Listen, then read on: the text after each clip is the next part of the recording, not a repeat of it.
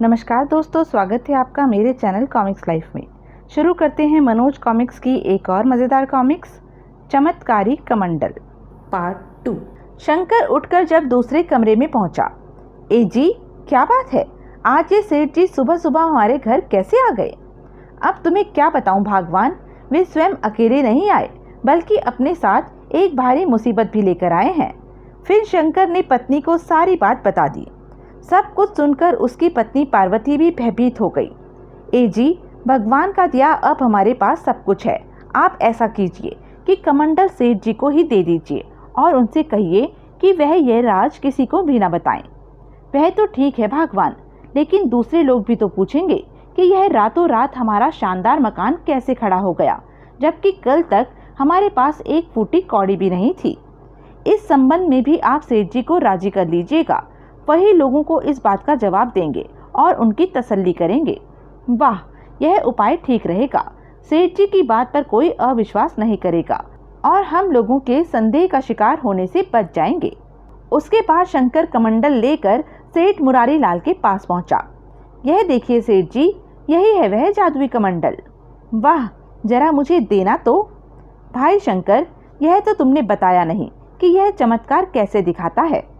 इसे किसी स्वच्छ स्थान पर रखकर इस पर दूध छिड़क कर यह कहा जाए कि हमारी मदद करो, तो वे जोगिन स्त्रियां इसमें से बाहर निकल आती हैं और कहने वाले की हर इच्छा पूरी करती हैं। तब सेठ मुस्कुराता हुआ बोला, देखो भाई शंकर, तुमने तो इससे जिंदगी भर के लिए सब कुछ मांग लिया है, अब इसे मुझे दे दो। हाँ, यदि कभी तुम्हें इसकी ज़रूरत पड़े तो मुझसे ले जाना।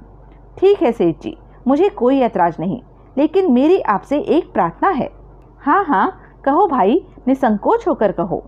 मैं चाहता हूँ कि इस कमंडल की बात आप तक ही सीमित रहे और आप उन लोगों की भी तसल्ली करें जो मुझसे मेरे महल के संबंध में पूछताछ करेंगे।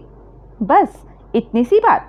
अरे भाई, तुम जरा भी चिंता ना करो, जैसा तुम चाहते हो वैसा ही होगा। अच्छा, अब मैं चलता हूँ। बहुत अच्छा सेठ जी, राम राम। राम राम। उसके बाद सेठ चला गया। उस दिन से शंकर और उसके परिवार के दिन मजे में गुजरने लगे। चूंकि शंकर के पास धन की कोई कमी नहीं थी, इसलिए वह दिल खोलकर धन खर्च करने लगा। खेत पर जाना भी उसने छोड़ दिया था।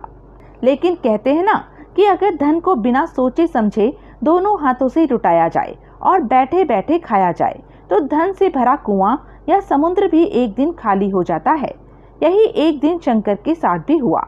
उसका सारा धन खत्म हो गया। ए जी, आज तो ना घर में धन है और ना खाने को अनाज। अरे भगवान, तो चिंता क्यों करती हो? मैं अभी सेठ जी से जाकर चमत्कारी कमंडल ले आता हूँ। हमारा घर फिर पहले की तरह धन दौलत और अनाज से भर जाएगा। शंकर उसी समय सेठ मुरारी लाल के घर पहुँचा। सेठ जी, इस समय मैं बड़ी मुसीबत में हूँ, कृपया कर वह चमत्कारी कमंडल मुझे कुछ देर के लिए दे दे। लेकिन सेठ की नीयत बदल चुकी थी। कमंडल? कैसा कमंडल? अरे आप भूल गए सेठ जी, मैं उस कमंडल की बात कर रहा हूँ जो मैंने आपको 2-3 साल पहले दिया था, जिसके कारण मुझे शानदार घर और ढेर सारी धन दौलत मिली थी। लगता है गरीबी ने तुम्हारा दिमाग खराब कर दिया है। मेरे पास कोई कमंडल वमंडल नहीं है। चलो निकलो यहाँ से, वरना मैं नौकरों से धक्के मरवा कर तुम्हें बाहर निकलवा दूंगा। शंकर सेठ के आगे काफी गिड़गिड़ाया, लेकिन सेठ ने उसकी एक न सुनी और उसे नौकरों से धक्के मरवा कर घर से बाहर निकलवा दिया। जाओ, भाग जाओ यहाँ से। यदि फिर कभी तुमने अपनी मनहूस सूरत दिखाई तो मैं तुम्हारी हड्डियों का चूरा करवा दूंगा। आह सेठ जी, आपने मेरे साथ जो सलूक किया है उसके लिए भगवान आपको कभी माफ नहीं करेंगे। और रुआंसा सा शंकर अपने घर पहुंचा। क्या हुआ जी, यह आपकी आंखों में आंसू कैसे? अब तो ये आंसू हमेशा इन आंखों में छाए रहेंगे भगवान। सेठ ने उस कमंडल को देने से इनकार कर दिया है। फिर शंकर ने सारी बात अपनी पत्नी को बता दी। सब कुछ सुनकर पार्वती को भी बहुत दुख हुआ, लेकिन अब वे सेठ का बिगाड़ ही क्या सकते थे। कौन उनकी बात पर विश्वास करता। अतः पत्नी बोली, सुनिए जी, आप उस कमंडल को भूल जाइए। मैं आपको अपने गहने देती हूँ, आप उन्हें बेचकर भोजन पाने की व्यवस्था कीजिए। ठीक कहती हो भगवान, पेट भरने के लिए इसके अलावा कोई दूसरा चारा भी तो नहीं। शंकर ने पत्नी के गहने बेचकर कुछ दिनों के लिए भोजन पाने की व्यवस्था की, लेकिन वह भी कब तक चलता। कुछ दिन बीतने के पश्चात जब फिर घर में अन्न का एक दाना नहीं रहा तो शंकर ने एक एक करके घर का कीमती सामान बेचना आरंभ कर दिया और कुछ ही माह में नौबत यहाँ तक आ पहुंची कि पेट भरने के लिए उन्हें न केवल बर्तन भांडे बेचने पड़े बल्कि मकान भी गिरवी रखना पड़ गया। लेकिन 1 वर्ष बाद वह सारा धन भी खर्च हो गया और उन्हें फाके करने की नौबत आ पहुंची। एक दिन, सुनिए जी, पूरे 3 दिन हो गए हमें भूखे रहते। अब तो मुझसे भूख बर्दाश्त नहीं होती। या तो कुछ खाने का प्रबंध कीजिए या फिर मुझे जहर लाकर दे दीजिए। आह, काश जहर लायक भी पैसे होते तो मैं तुम्हें जहर ही लाकर दे देता भगवान।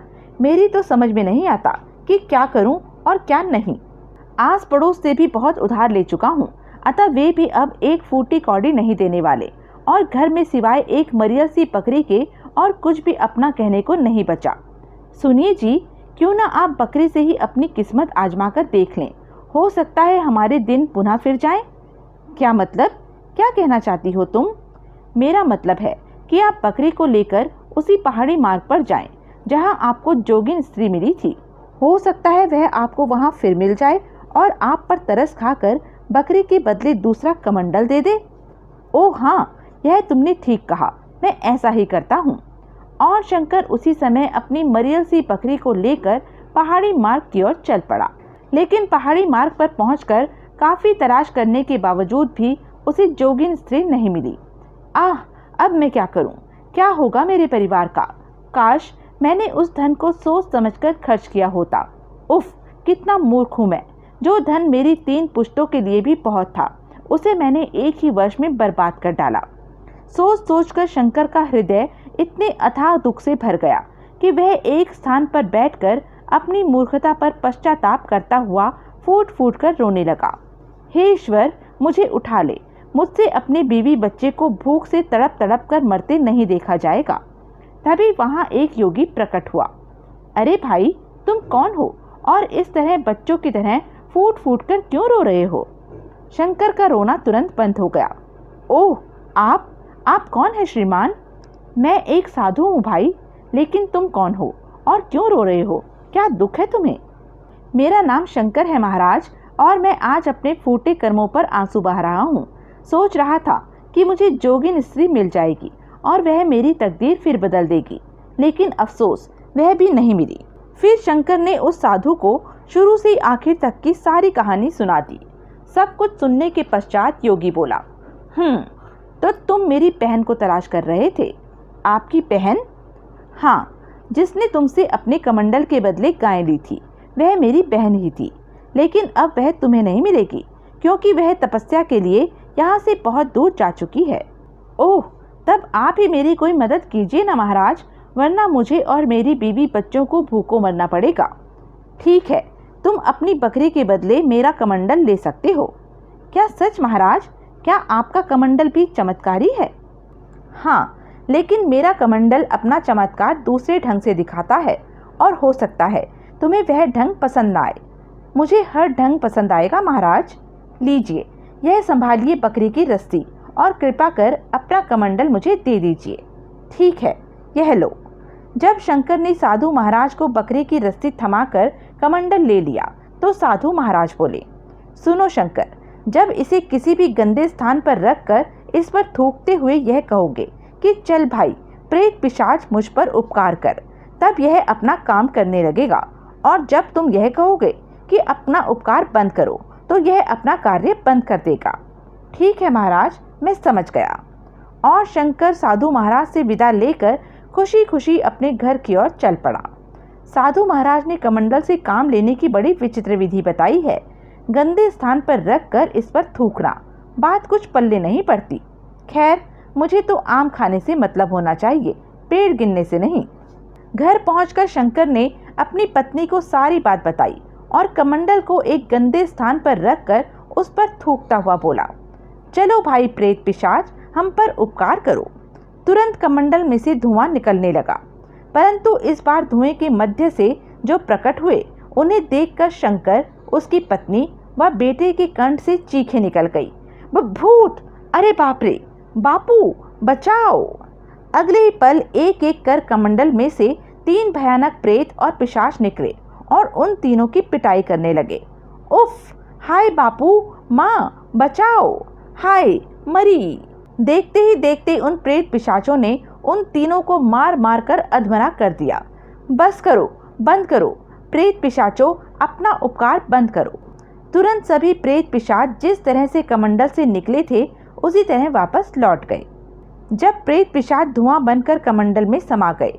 ए जी, मैं पूछती हूँ कि आप यह प्रेत पिशाचों का पिटारा कहाँ से उठा लाए?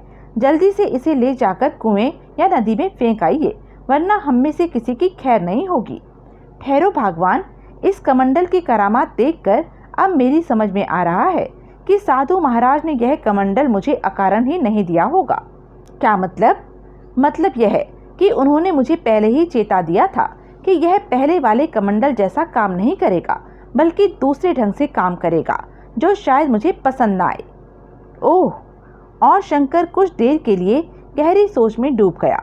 सोचते सोचते न जाने उसके दिमाग में क्या आया और उसका चेहरा प्रसन्नता से खिल उठा। अगले ही पल उसने कमंडल उठाया और बाहर की ओर चल पड़ा। ए जी, यह आप अचानक उठकर कहाँ चल दिए?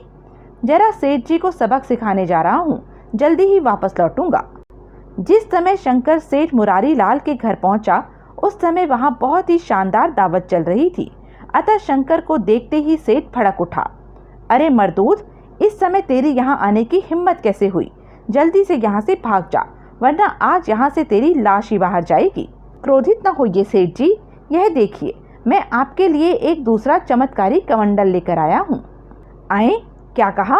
दूसरा चमत्कारी कमंडल? बिल्कुल सेठ जी, ठहरिए, मैं अभी आपको इसका चमत्कार दिखाता हूँ। जरा उधर अकेले में चलिए। कहकर शंकर उधर की ओर बढ़ गया जहाँ जूठन पड़ी थी। शंकर ने कमंडल को जूठन पर रख दिया और उस पर थूकता हुआ बोला, चलो भाई प्रेत पिशाचों, सेठ जी तथा उनके परिवार के साथ साथ उनके अतिथियों पर भी उपकार करो। तुरंत कमंडल से धुआं फूटा और उसमें से एक एक कर प्रेत पिशाच बाहर निकलने लगे। उन्हें देखते ही वहां भगदड़ मच गई। भूत! अरे बाप रे, प्रेत पिशाच, भागो भागो! तभी सभी प्रेत पिशाच वहां उपस्थित सभी व्यक्तियों पर टूट पड़े। आह! उफ! हाय! बचाओ! आई! मर गया! हाय! मेरे बाल! कई प्रेत पिशाचों ने सेठ को भी बुरी तरह घेर लिया था। हाय! हाय! बचाओ! ही हा हा हा हा हु। शीघ्र ही प्रेत पिशाचों ने अन्य लोगों के साथ साथ सेठ को भी मार मार कर अधमरा करके फर्श पर डाल दिया। आह! नहीं शंकर, मुझे इन प्रेतों से बचाओ। ही। मैं तुम्हें तुम्हारा पहले वाला कमंडल देने के लिए तैयार हूँ। क्या आप सच कह रहे हैं सेठ जी? बिल्कुल सच कह रहा हूँ भाई, कृपा कर इनसे मुझे बचाओ। अगले पल, बस भाई प्रेत पिशाचों, बहुत हो चुका, अब अपना उपकार बंद करो। तुरंत सभी प्रेत पिशाच धुआं बनकर कमंडल में समाते चले गए। उसके बाद सेठ ने शंकर को उसका कमंडल लौटाने में जरा भी हील हुज्जत नहीं की। लो भाई, संभालो अपना कमंडल और मेरी जान बख्शो। सुनिए सेठ जी, मैं आपको सिर्फ एक शर्त पर छोड़ रहा हूँ कि आप इन दोनों कमंडलों का रहस्य किसी पर भी उजागर नहीं करेंगे। मेरे बाप की तौबा, जो अब मैं इस बाबत सोचूं भी तो फिर मैं चला। राम राम। और शंकर दोनों कमंडल लेकर खुशी खुशी अपने घर की ओर चल दिया। घर पहुंचकर जब शंकर ने अपनी पत्नी व बच्चे को सारी बात बताई तो वह भी खुशी से झूम उठे और एक बार फिर शंकर के घर में खुशियों की बहार लौट आई। लेकिन अब शंकर ने धन का अपव्यय करने की मूर्खता नहीं की थी। तो यह थी मनोज कॉमिक्स की एक मज़ेदार कॉमिक्स। ऐसी ही मज़ेदार कॉमिक्स के लिए बने रहें मेरे साथ। और हाँ, मेरे चैनल को लाइक, शेयर और सब्सक्राइब करना ना भूलें। धन्यवाद।